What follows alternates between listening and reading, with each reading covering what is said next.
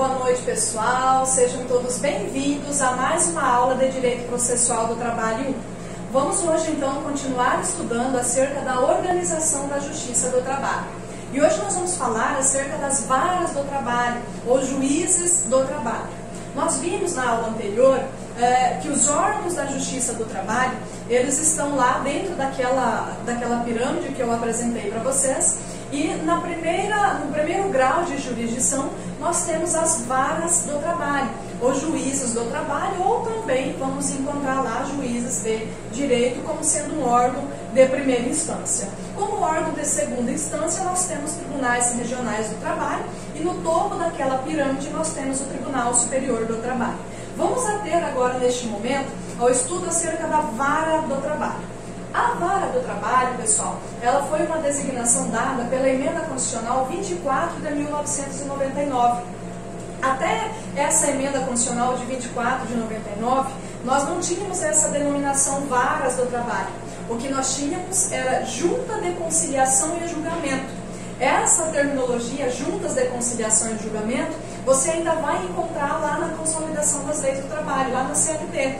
Quando você pegar lá o artigo 644, 651, ele ainda vai utilizar essa terminologia juntas de conciliação e julgamento, tá? Por que juntas de conciliação e julgamento? Porque essas juntas de conciliação e julgamento, ele era composto por 2 juízes classistas e um juiz togado. Imagina lá uma junta médica, né? Um conjunto de médicos que vai realizar um determinado procedimento. Era dessa forma que ocorria aqui na Justiça do Trabalho, com essa denominação de junta de conciliação e julgamento. Porque nós tínhamos a figura de 2 juízes classistas, eles eram juízes que vinham da indicação dos sindicatos, Sindicato dos Empregados e Sindicato dos Empregadores. Então, esses sindicatos indicavam esses juízes classistas, eles eram juízes leigos, tá? Eles não tinham conhecimento jurídico, mas eles tinham conhecimento ali da prática do sindicato. Então, eles contribuíam no momento de analisar uma determinada demanda e até proferir um julgamento.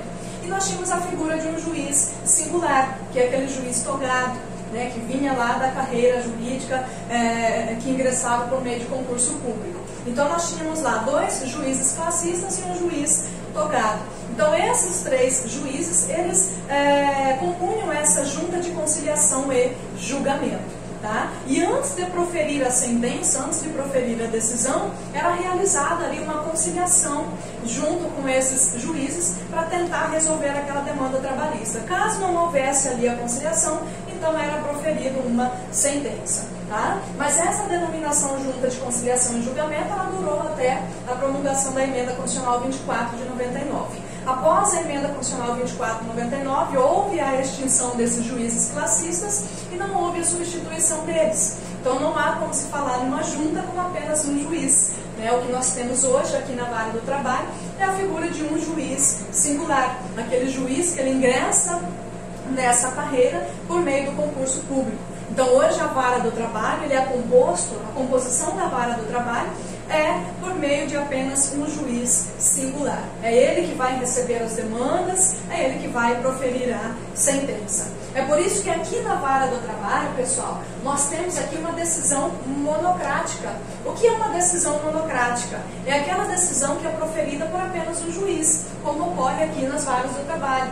Diferentemente do que ocorre nos tribunais, Tribunais Regional do Trabalho, Tribunal Superior do Trabalho. Lá nós temos decisões de colegiado, porque nós temos um colegiado decidindo sobre uma determinada matéria. Então lá quem decide é o colegiado de desembargadores, é o colegiado lá dos ministros que vão proferir uma determinada decisão. Então aqui nas varas do trabalho nós temos uma decisão monocrática, decisão de apenas um juiz singular. E qual será a competência aqui das varas do trabalho, ou dos juízes do trabalho? Essa competência das varas do trabalho, ela se restringe, pessoal, à solução daqueles conflitos individuais, daqueles conflitos trabalhistas individuais, tá? Aqueles conflitos oriundos daquela relação entre empregado e empregador. Então, a competência da vara do trabalho é para processar e julgar aquelas ações, aqueles conflitos oriundos da relação de trabalho entre empregado e empregador. tá? Aqueles dissídios coletivos, conflitos coletivos de trabalho, eles não são competências aqui da vara do trabalho, mas eles são competência dos tribunais, ou o Tribunal Regional do Trabalho, ou o Tribunal Superior do Trabalho, a depender ali da abrangência desse dissídio, ok? Então, a competência aqui de julgamento das varas do trabalho é para a solução dos dissídios individuais. Tá? No exemplo que nós colocamos lá no vídeo anterior, a Mariazinha prestou serviço lá na empresa do Joãozinho e o Joãozinho não cumpriu com as determinações contratuais. Consequentemente, houve a violação dos direitos trabalhistas da Mariazinha. Assim, a Mariazinha então poderá ajuizar uma reclamação trabalhista, na onde? Aqui na vara do trabalho, para ver ali garantidos seus direitos, ok? Outra situação que nós temos aqui com relação à vara do trabalho para nós fecharmos esse assunto. E naquelas localidades onde não existe vara do trabalho? A Mariazinha prestou serviço lá no município X e no município X não tem vara do trabalho. Qual será a solução aqui para este caso? Aí nós teremos que ir lá no artigo 112 da Constituição Federal e analisar qual é a regulamentação para esse determinado assunto. Pois bem, nas localidades onde não existe vara do trabalho, pessoal, primeiramente, nós temos que analisar se naquela circunvizinhança, se naqueles municípios vizinhos, tem uma vara do trabalho com jurisdição daquela localidade. Tá? Então, se a Mariazinha prestou serviço no município X não tem vara do trabalho, eu tenho que primeiro buscar nos municípios vizinhos ali se tem alguma jurisdição abarcando aquela localidade onde não existe vara do trabalho.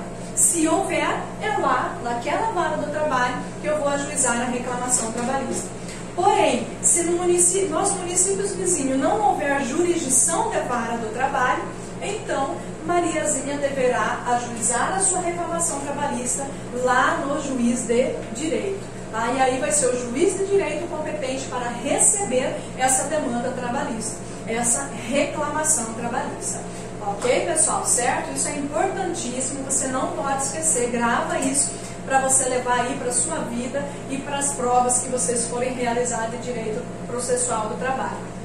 Então, nas localidades onde não houver vara do trabalho, primeiramente eu vou buscar a jurisdição. A palavra-chave é jurisdição.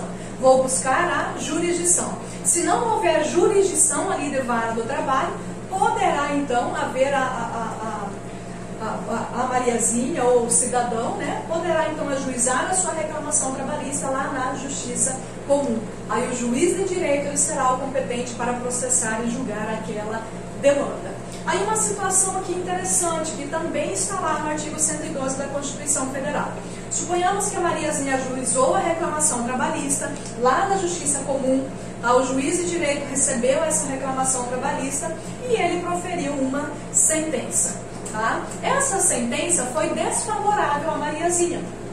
E a Mariazinha ela quer recorrer dessa decisão. Para onde a Mariazinha vai recorrer? Né? Se ela não está contente com aquela decisão do juiz de primeira instância, né, nós temos aqui que a Mariazinha poderá então recorrer, poderá buscar a reanálise dessa matéria no Tribunal Superior, tá? No órgão superior. E aí, para onde a Mariazinha vai interpor o seu recurso? No nosso exemplo aqui, das decisões do juiz da vara do trabalho, cabe recurso ordinário. Mas para onde ela vai interpor o seu recurso ordinário? Ela deverá interpor o seu recurso ordinário para a instância superior, mas ela está na Justiça Comum. Qual é a instância superior aqui depois do juiz de direito aqui? A instância superior seria o Tribunal de Justiça. Para nós aqui da vara do trabalho, a segunda instância é os tribunais regionais do trabalho. A pergunta é, para onde a Mariazinha vai interpor o seu recurso ordinário? De acordo com a regra do artigo 112, pessoal, da Constituição Federal, ela deverá ajuizar, interpor o seu recurso ordinário para o Tribunal Regional do Trabalho. Ainda que essa decisão seja uma decisão proferida pelo juiz de direito lá da Justiça Comum. Por que isso, pessoal? Por que será o Tribunal Regional do Trabalho e não o Tribunal de Justiça? Porque quando o juiz de direito ele recebe essa reclamação trabalhista, ele é investido da jurisdição trabalhista. Tá? Ele deixa de ser um juiz comum, lá da justiça comum, e ele passa a ser um juiz do trabalho. Para análise daquela matéria da Mariazinha, ele foi investido da jurisdição trabalhista. Por isso que aquela decisão proferida pelo juiz de direito, desta decisão, dessa sentença, caberá então recurso ordinário para o Tribunal Regional do Trabalho. Essas, pessoal, são as características aqui importantes e peculiares que nós devemos conhecer acerca da vara do trabalho. Nós vamos passar então a análise agora do segundo órgão aqui que nós temos na Justiça do Trabalho, que é o Tribunal Regional do Trabalho.